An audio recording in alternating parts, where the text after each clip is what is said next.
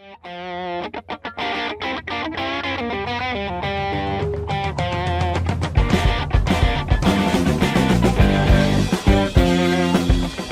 afternoon, everybody. Welcome to TraderMerlin Show. It is your, I don't even know what day it is anymore. I'm gonna go on a limb and say it's Tuesday, probably because I had glass this morning. It is Tuesday.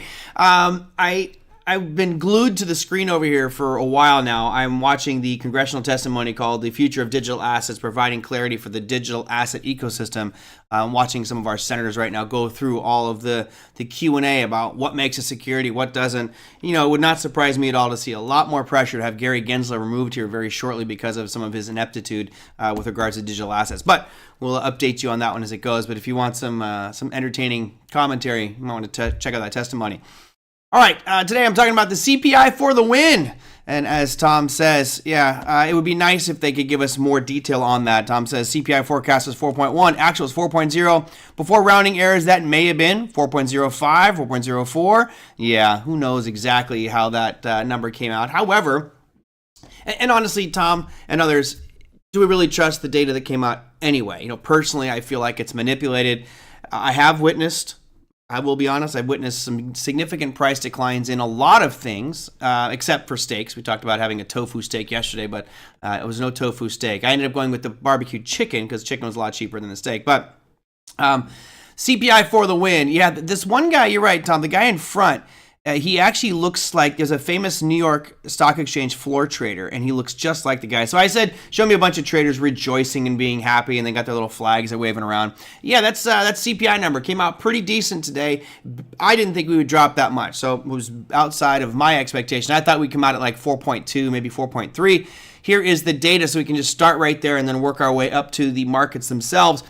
The 5:30 in the morning block is the one I'm interested in. That's this bad boy here.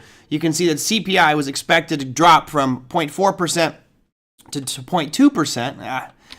To 0.2%, came out at 0.1%. That's great. And the chart looks like this. You know, it's still historically lower than normal. So if I zoom all the way out, and I'll zoom way out here, this is month over month that you're seeing with CPI.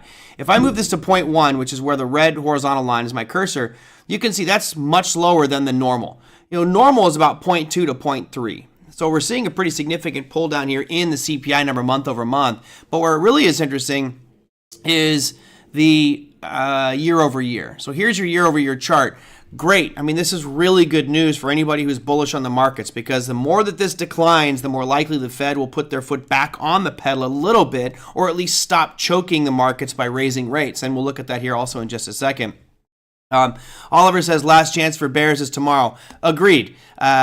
I'll talk you through my thinking on trades today, but we were expected to come out at 4.1% year over year, came out at 4.0, which was better than the best expectations out there. So all in all, very good. But as Tom says, you know, is this 4.04 or is this 4.00, right? And yes, that does certainly make a big difference. Bottom line is markets were rejoicing today, all looking pretty good. Now, one thing that was pretty much solidified, and it's funny because somebody commented on yesterday's show when I said the Fed may most likely pause here, and yesterday there was a 75% or 72% chance the Fed was going to pause on tomorrow's announcement, and that's jumped to over 90. So let me bring that one up for you because it's pretty much locked in. Today's data pretty much solidified a pause by the Fed. Now, the only thing that could throw a monkey wrench in that would be the PPI number. If we get a crazy high PPI number, which I don't expect, then we'll probably see the Fed pause. So here is the rate forecast right now. You're talking a 91.9% chance of a rate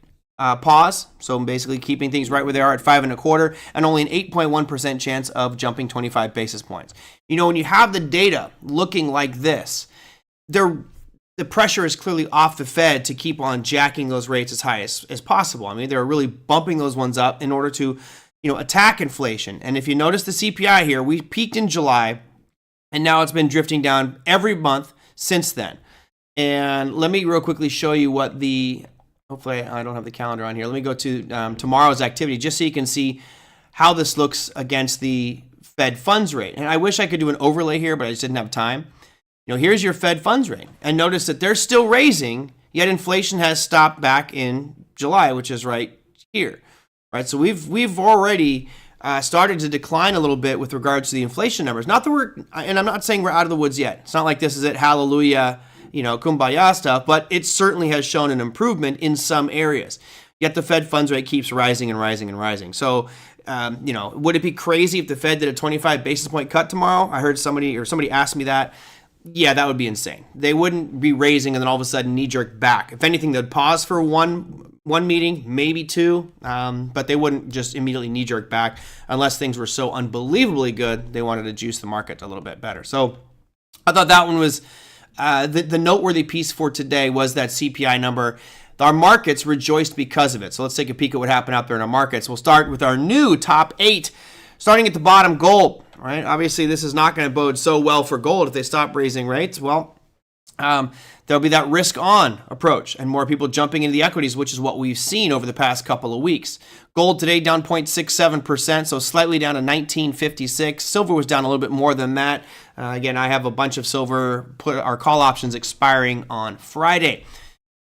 Dollar index down 0.34%. Nothing too bad, although it did tiptoe right into that yellow box we'd drawn out there, kind of anticipating it coming in this area of demand and bouncing out. So really curious to see what this does going forward over the next 3 or 4 sessions. Does it hold here in this yellow box between 103 and 103 and a quarter?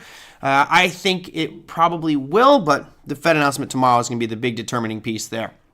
Bitcoin, 0.04%, so pretty much unchanged. It's so rare to see Bitcoin move this little, or at least be unchanged. It had a nice move today overall, but remaining unchanged at the end of the day. And I think right now all eyes are on that congressional testimony, which is it's very interesting how you have one individual on the committee, Mr. Kaplan, who has got a company called Prometheus, who has now been given SEC approval to register these different securities. Now he's going after the other industry members saying, oh, well, they're not compliant. We're compliant, but they're not, so we should crack down on them. It's like, you need to work together as a whole here. So I feel vested interest on the part of Kaplan's Prometheus company here at this testimony. Anyway, I'll move on. S&P 500. Ripping towards that overhead supply. We talked about it right around 44.40. Not there yet. We're at 44.19 today, a 0.71% as we speak for the S&P. I'll zoom out just a hair so we can see that overhead supply level, which goes all the way back into April of 2022. So things looking pretty good for the S&P. But my eyes, we're here. NASDAQ 100 looked great today, 0.83% move to the upside. You're smack dab in that overhead supply that we've drawn out. Now, again, it is not a very strong supply. Let me just show here and do a weekly time frame so it's more appealing visually. When we do it on this weekly time frame, you can see, and I'll stretch this out, that it goes all the way back here into January of 2022, but I drew the zone from March highs. So this is really going to be the third attack or fourth attack at that overhead supply level. So I'm waiting to see the PPI number tomorrow. I don't think I'm going to jump on before Powell speaks. I really want to, but I just don't have the intestinal fortitude. Going against this trend right now is extremely dangerous. However, I think it's way overdone. I think a lot of the anticipation of the Fed pausing here and inflation numbers coming under control is what's fueled this rally up here in the broader market. So at some point here, I feel like you're going to have a nice knee-jerk reaction, a little bit of a pullback, which I will be eagerly awaiting and anticipating. Hopefully tomorrow, we'll see. I'm going to be very cautious about entering short on this market just because I think it's it could still have a lot of legs underneath it. NQ has no correlation yet. Is that healthy? Well, remember, the NASDAQ is really driven by, call it 7 companies. And as those companies continue to move up, that's going to keep driving it. Right now, Tesla's just screaming to the upside. Let's bring up TSLA, and then we'll get to our top 3 finishers here. I don't have too many regrets in my trading, but I regret getting out of my Tesla at 180. Man, it's already at 260 here. It's up another 1% in after-hour session, screaming to the upside. And I actually had a question on that, which was, where do you see Tesla headed? Well, given the current trend and the current deals that have been going on, right, with the charging station adoption, Ford and GM using Tesla's charging stations and technology, man, that's a huge boost for Tesla's dominance in the marketplace and in using their technology. So I'm bullish on Tesla. I just regret that I got out of my shares, way back then. I sold some calls against a position that I jumped in, somewhere back in here. I think it was the 150 calls or 155. Anyway, I don't remember, but got out at 180 and unfortunately it just keeps on going. The Powell hammer. He might create another one tomorrow, Oliver. He might create another one. So as far as where Tesla goes, I think certainly you'll see it close this gap, which brings Tesla up to 165. After that, I think you're looking at your highs that go all the way back into September of 2022. Granted, that was a triple top at 313, but yeah, I think that's probably where you're headed with Tesla. Bummer. When Powell started asking questions from reporters, that will be the knee-jerk. Yeah, you know what?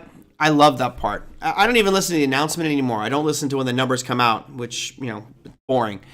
I do listen to the press conference, and I try to watch that one live. Sometimes I can, sometimes I can't, but I try to watch that one live because that's really where he says things that just spook the market and cause wild swings. So I love the press conference after the initial rate announcement. And like I say, I'm almost certain we're going to come out with an unchanged rate policy tomorrow afternoon. All right, back to our top 8 here. I'm back to the Russell 2000. This is the daily week. Russell 2000, again, I still think you're going to see that 1930 mark here shortly. Feels like it just, once it broke out of that sideways range it was in for about 4 months, I feel like the energy's there and the momentum is to the upside. So Russell 2000, 1990 or 1898 right now, 1.15% gain for the rut. Surprisingly, these numbers have actually shifted, but you have the U.S. 10-year, right? The 10-year today was actually up pretty handily, but we've just rolled into the new session, so it's only showing like that it's up 0.21. But you notice a pretty big green candle here. That is the Tuesday session. If you want the Tuesday session, it was up. I'll get you the number here in just a second. 2.14%, right? So that made it your second place finisher, but we just rolled into the new one, so I'm getting new pricing. So all in all, looking good. It looks like it's building some pressure to the upside. You could put a line right across these highs right here. Right, put them right across those highs there, and that's just right where we're sitting at. And yeah, I cut out the tails. I went the more real bodies, right around 3.82, which is right where we're at. If that breaks, then I think you're going to see this thing jump straight up to 4%. We shall see, right? Again, a lot of it depends on tomorrow's comments from the FOMC meeting and minutes. And finally, crude oil. While it was up big today, 3.43%, looks great. Again, that chart doesn't reek of strength to me. It just still looks very weak.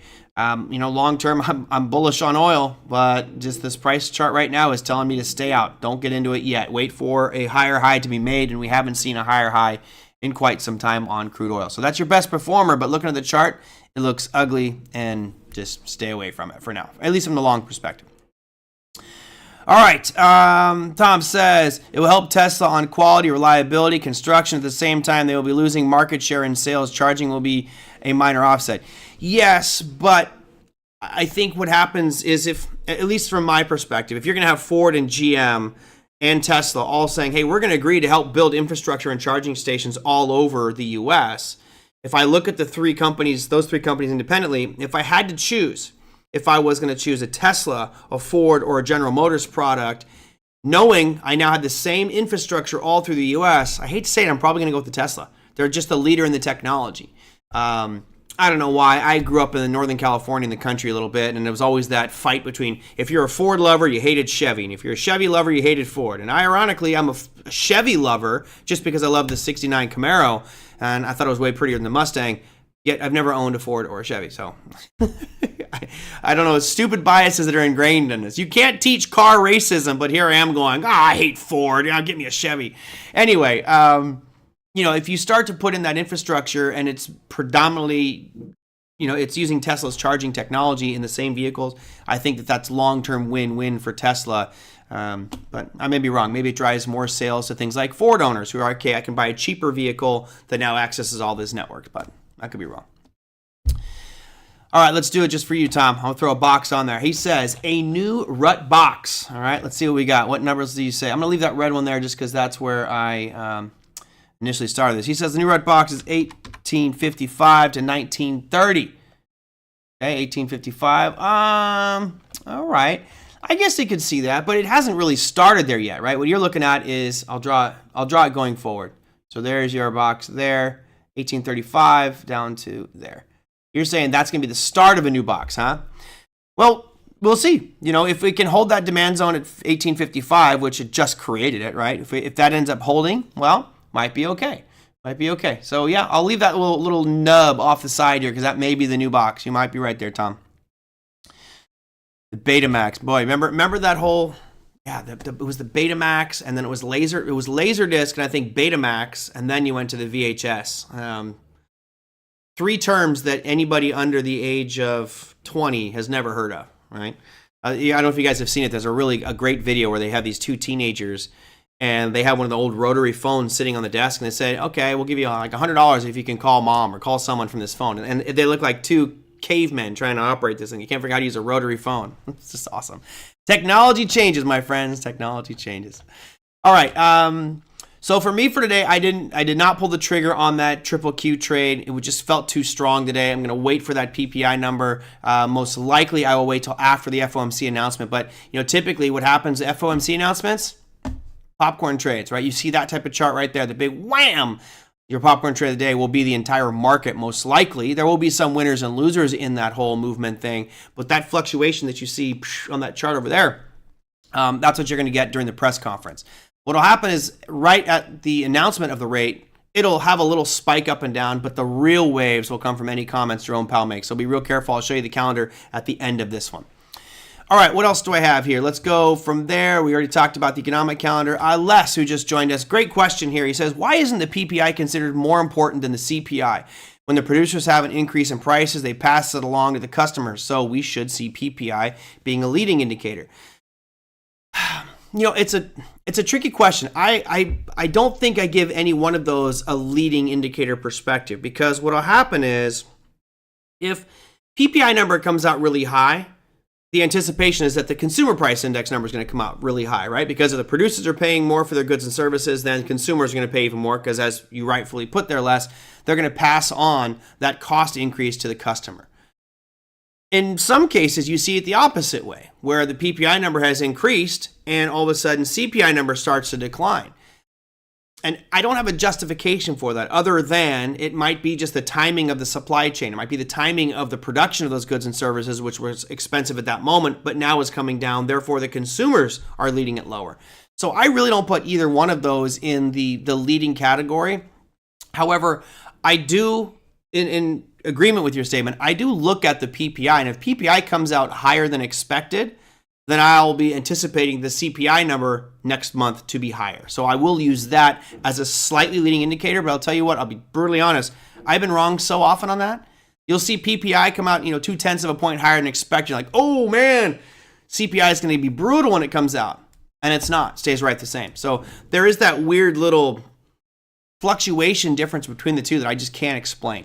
So I don't put too much emphasis on them. They are generally released on back-to-back days, and it flip-flops. Sometimes PPI comes first, which gives you a little heads up for the next day's CPI. This time they're doing CPI first, and PPI comes out tomorrow. So I don't know why they do that.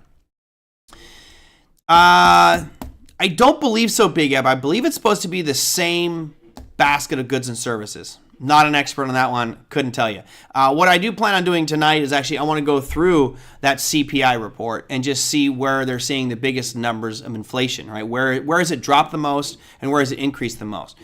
If you guys might recall, we went back, if you go back 4 or 5 months, I might be wrong on my timing here, but you guys tell me, how long ago was it when we were on this program going, guys, I expect that near the tail end of this year, mid to tail end of this year, we're going to see inflation really start to come into check because we had such dramatic drops. Let's just go back to last year. Here's a little over a year. We had such dramatic drops in things like lumber. Now, this is the new lumber, but lumber's dropped significantly. Natural gas, absolutely cratered. Here you have soybeans, significantly lower. You have wheat. I mean, the price of wheat is less than 50% of what it was back in 2022. You've got corn, right? Corn significantly lower. Cotton. So there's so many things that have just plummeted in value. We could look at copper. Well, copper is still drifting a little bit lower. Some of these metals have actually been rising. But the point I'm making is there are a lot of core commodities that have dropped so much. We were anticipating inflation starting to get back under control, and now we're starting to see the impacts of that. So, I'd like to see with that CPI report what exactly was moving, and that might create some opportunities for me. But there you go. All right, I'll leave that one there.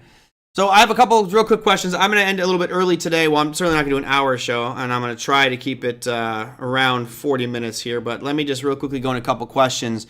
Scott, congratulations, I would say are in order. He says, I've held IPX for a couple of months on a friend's recommendation. On a day like today, what would you do? This one's really easy. I don't know if you guys saw IPX. I did not see it. I've never even heard of this one, but when you sent this one in, I had to look at it, and you're in something that's up 99% in one day. This is a no-brainer for me. I'm out. Done. Gone. Dump it. See ya. Sayonara. I don't care. Why?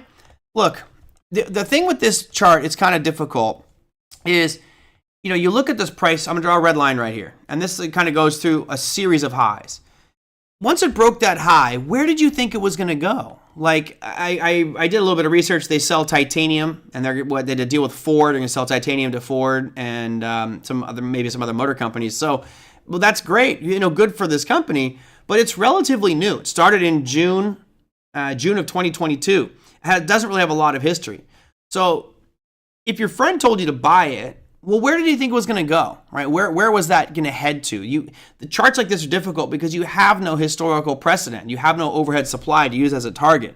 So if I'm in something, and by the way, at the end of the day, this thing was up 99%. However, if you look at what its peak was for today, that's your close. Its peak for today, this security was up 179%. I'll round up.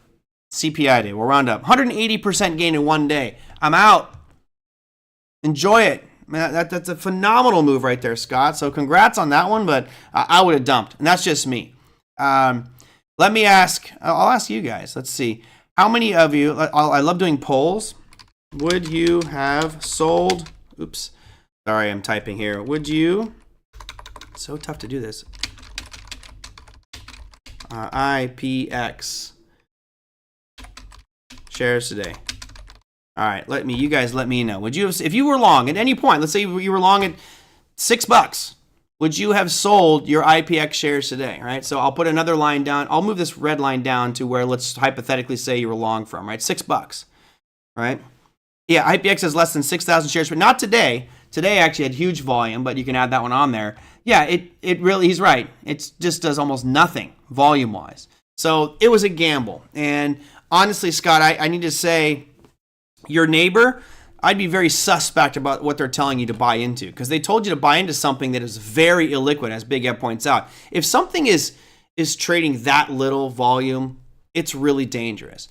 Now, John says you can give it all back tomorrow. You could. Now, doing a deal like this with Ford is probably a pretty darn good thing for them, but yeah, I dump it, right? Or I don't know how many shares you had, Scott, but at the worst case, sell half. Just get out of half and let the second half ride. But you got to lock in some profit there, because this is the proverbial gift horse in the mouth. I'd buy a put and sell a call. I don't think you can. This one's probably too illiquid for that, Tom. Probably way too illiquid. This thing barely trades. If you look at the volume and take away today's candle, volume looks good, but the biggest spike you have on this chart is only 77,000 shares, and that was back in September of 2022. So it barely trades, So I don't know how much you bought of this one, Scott, but your neighbor put you in a kind of a precarious position. In hindsight, he can gloat because it did really well today, but I would be out. I would also look at my trading plan and see when to sell rather than just buy and hold. Yep, I agree, Les. And typically, I think most of you would agree, when we buy something like this, I'm not buying a company expecting it to jump 200% in a day. If it does, I will just dump it. And yeah, it might move up more the next day, but typically those are just big knee-jerk reactions where it rips up and then screams back down. If I look at this on an intraday basis, let's say a 5-minute time frame, you can see it had a huge surge up in the opening. Man, it was just, what a crazy day for this one. And now, look at this chart, it's looking fairly weak. It actually feels like it's going to drift even lower tomorrow. So, yeah, there you go. Let me end the poll here. So 19% of you would not have sold. The other 81% of us would have dumped it. So we'll look at this one tomorrow. 13.21 is our price. And again, I'm just going to say we got out at the market close. I would have tried to sell it at a higher price, obviously, but we'll just say right at 13.21 and see what happens over the next couple of days. Talking Monkey says, my PLTR is up 120%, sold half, free trade for the next decade. excellent. That's exactly what I think this Scott should do here is sell half. So let's look at PLTR. You know, that's I wish I would have bought everything that I wrote about in that article. PLTR. Oops. PLTR. Been a beautiful one. You know, I did my article where I mentioned Palantir back in March. That was when it was down here around $7, and here we are at 16. Oh man, AI has been very good to Palantir, which isn't their core competency, but looking pretty good. All right, let's see. Plato says, where do you see IWM topping out? Seems to have a lot of potential relative to QQQ SPY at the moment. Some weekly resistance around 197. So you're taking IWM.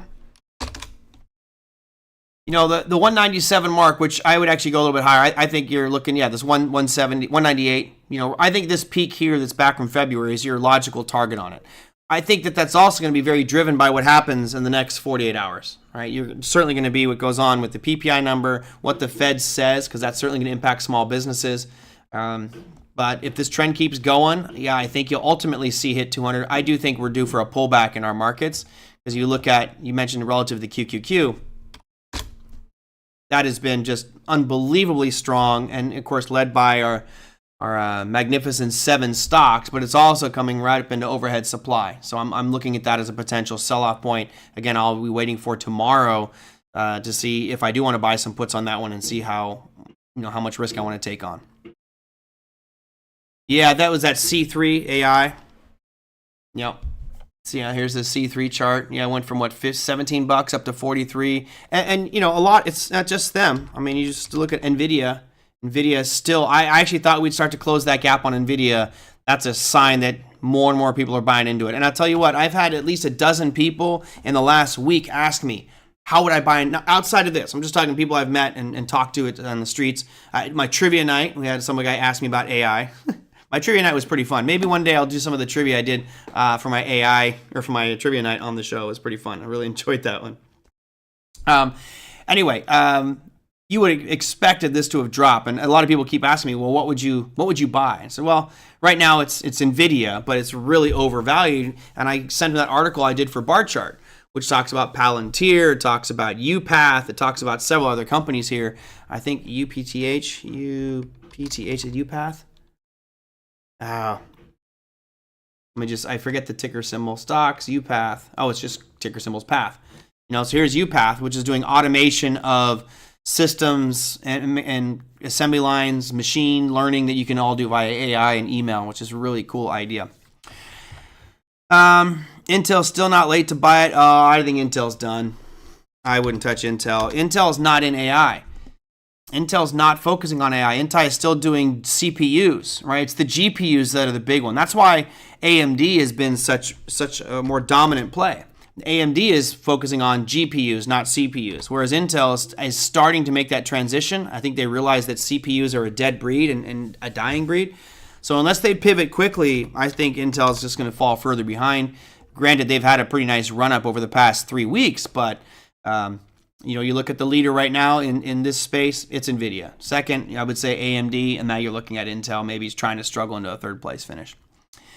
Not even though S&P is most overbought since 2017, dealers will have to keep buying to keep market up, or we break the market and dealers get wrecked, which doesn't really happen. Well, I think what happens is you just keep convincing the media will keep doing its job to convince the retail to pour money in. From my understanding, there's still a lot of money sitting on the sidelines. Now, if we've already had a nice market rally and that money is still on the sidelines, what typically will happen is the retail investor jumps in right at the end. Right? Retail investors are noted for buying after a huge rally in price or selling after a massive decline. Right as the thing's done, you're like, okay, I'll sell it, and then it rips the other way. That's why Warren Buffett preaches that when there's blood in the streets, it's time to be a buyer. Okay, right? That's kind of my approach too with a lot of these. GLD can't break above its 22 and 22,000 highs. Yeah, I was kind of thinking the inflation would have helped kick that up, but it didn't. We didn't get as much of a run-up as I thought on GLD, but here is your zoom out of 2022. There you can see your 20 highs. I'll put a line right across that all-time high. I don't know what some of these lines are, but I will put that there. That high going back into August 6th of 2020, it had a high of 194. 96. So I'll put that right. Hopefully getting to, there you go. 194.69 was that all-time high. I'll leave that one there. Yeah, we kind of retested it back here in March of this year, or of 2022. But yeah, I thought we'd actually challenge and break it. Kind of felt like it ripped to the upside, but it did not. Okay, let me see what other questions that I had. There was this one that came in, and I don't know, Michael, if I have too much of an input here. So, Merlin, what do you think of SoFi with regards to the resumption of student loan payments? They will be a direct beneficiary of this, right? Well, I would assume. I don't know much about that model for SoFi, unfortunately, but yeah, I would assume that they would obviously start doing better because they're getting money back in their system. They're getting payments. And if you look at, since that, let me just real quickly check here. There you go. So here's SoFi Technologies. Is that the one? Is that SoFi? That's your banking one?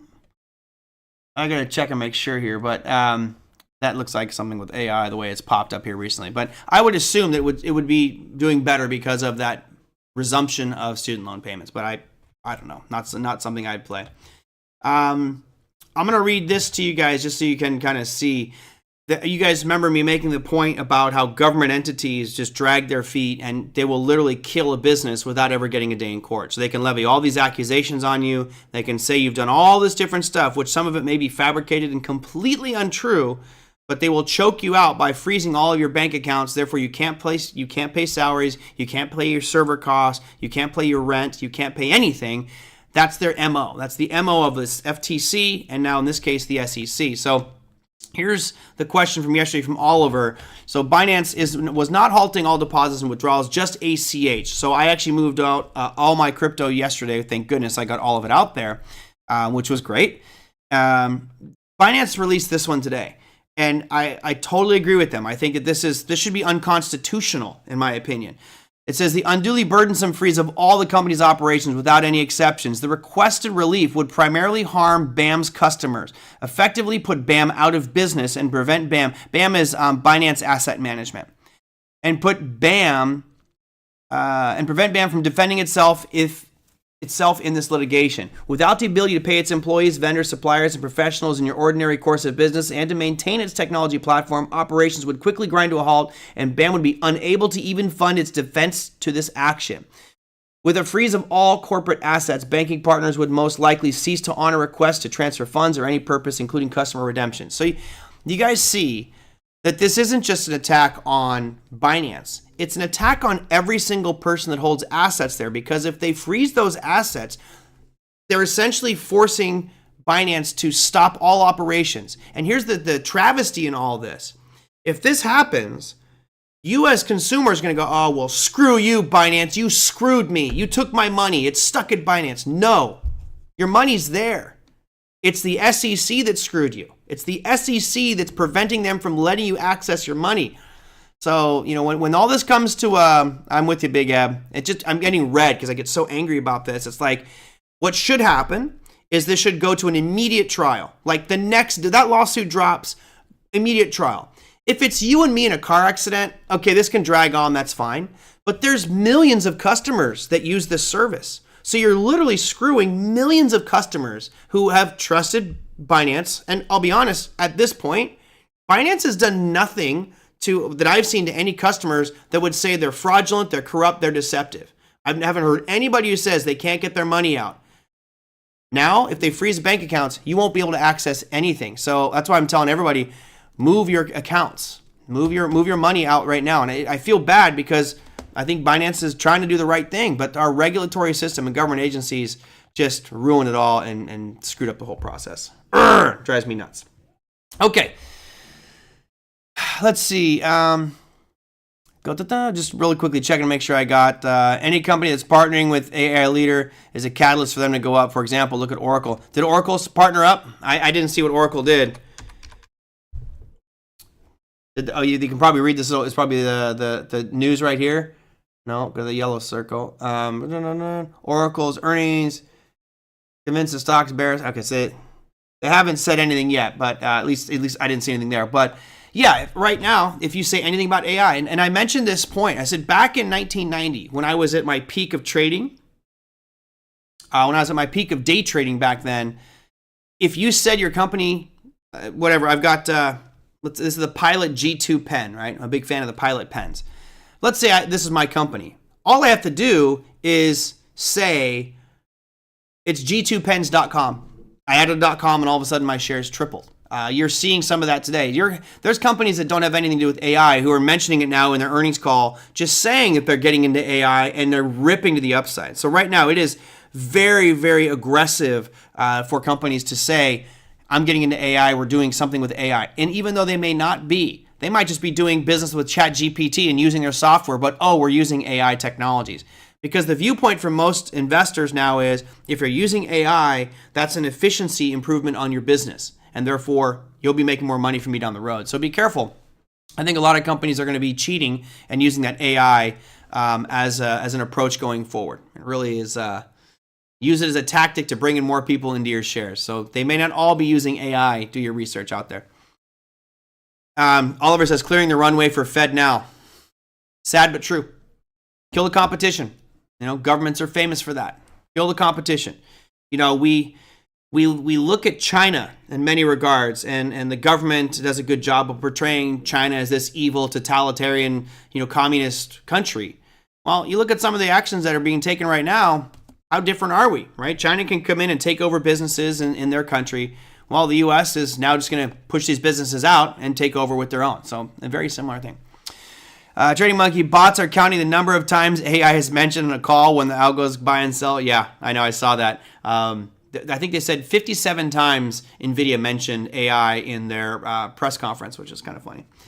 All right, let's look what's cooking for tomorrow. I want to wrap this up so I got some other things I got to take care of today. For tomorrow, of course, the big news will be at 5:30 in the morning Pacific time. That is the producer price index numbers coming out. So PPI is expected to contract, go negative. That would be pretty impressive. Based off what happened with CPI today, I don't see why that wouldn't happen. So I'll bring you up the chart here in just a second as I'm scrolling through trying to find it. There is your PPI number, and there is the chart. Now, it's not out of the ordinary to see PPI, below zero, but a negative 0.1, we've done it 1, 2, 3, 4, 5 out of the last, call it 8 or 9 months. So not that big of a deal. But it's nice to see if we get that down lower, that means inflation is starting to subside even more, prices may continue to drop, and that would be good for the overall economy.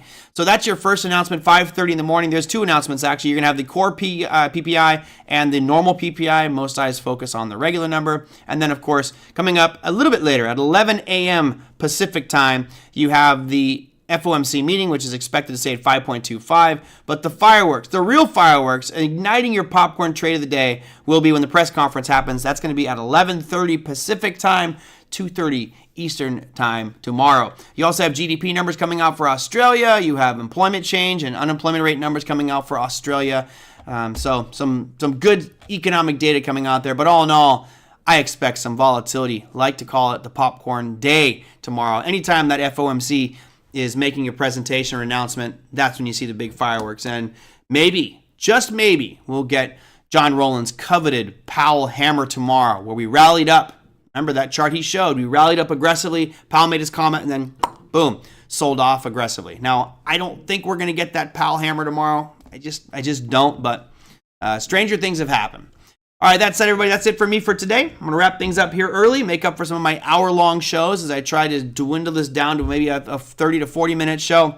If you guys have something you want me to talk about on tomorrow's show, pretty easy. Email me at TraderMerlin@gmail.com. That's where you should send in your comments and questions. If you're watching the archive shows or you want to help the YouTube channel, share the show, hit the like button, or send comments down below the YouTube channel, and I will answer all those on tomorrow's show. Take care, everybody. Have a great trading day tomorrow.